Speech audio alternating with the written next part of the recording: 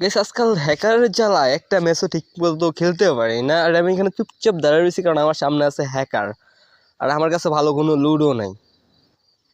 তো এটাই হলো সেই হ্যাকারটা, তো তাকে যদি মারতে পারে কিনা সেটা একটু দেখেন। আরে ভাই আজকাল তো হ্যাকারের জ্বালায় গেম প্লে করা যায় না, এত পরিমাণ হ্যাকার বাড়ছে। তো আপনারা ভাবতে পারেন হয়তো বা এটা কোনো নর্মাল একটা প্লেয়ার, তো এটা কিন্তু নর্মাল কোনো প্লেয়ার না, আর এটা হলো একটা হ্যাকার। আর আমরা হ্যাকারের ক্লিপটাতে একটু পরেই যাই, দেখতে থাকুন। আর গাইস আমার সামনে কিন্তু এখন হ্যাকারের স্কোয়াডটা আমার সামনে আছে।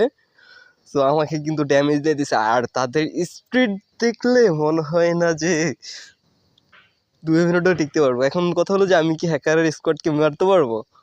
এখানে কিন্তু আমি ড্যামেজ দিতেছি,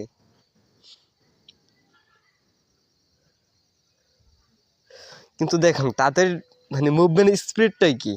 এই হয় কিন্তু এখান থেকে চলে গেছে, দেখছেন ওর স্পিডটাই কি, আবার চলে আসছে, আমাকে এখানে ফিনিশ করে দিছে। আর এখানে কিন্তু 2 নাম্বার ভাইকেও ফিনিশ করে দিচ্ছে, শুধু বেঁচে আছে শুধু আমাদের 3 নাম্বার ভাই। আমরা কিন্তু 3 জনে শেষ, আর সে এখানে কিন্তু কাভার আছে। তো তার সাথে কি হয় একটু দেখেন। তো 3 নাম্বার ভাই যাতে কাভারে আছে, তো ভাবছিলাম যে হয়তো রিভাইভটা আমরা পেয়েই যাব। তো ওনাকে বলতেছি যে তুমি কাভারে থাকো, কাভারে থেকে দেখো কিছু করতে পারো কিনা, কারণ আমাদের রিভাইভ লাগবে। হাই ম্যাচটার ভিতরে অনেকবার মারা খেয়েছি। তো এখানে কিন্তু এই দেখো হ্যাকারটা মেরে দিছে আমার টিমমেটকে। গেস আমরা যদি মারি মাথায় যায় লাগে পাছায়, ওরা যদি মারে পাছায় যায় লাগে মাথায়। কি বুঝছি বুঝছো, দেখো কই মারতেছে আর কই যাইতেছে, মানে কি আর বলবো, ওদেরকে কিছু বলার নাই। ভাই কই মারতেছে কই লাগতেছে, আমি মানে ওর কিছুই বুঝতেছি না। দেখো কই মারতেছে কই লাগতেছে। আর আমরা যদি ওর কিলটার দিকে ফলো করি মেবি অলরেডি কিন্তু 21 কিল করে ফেলছে।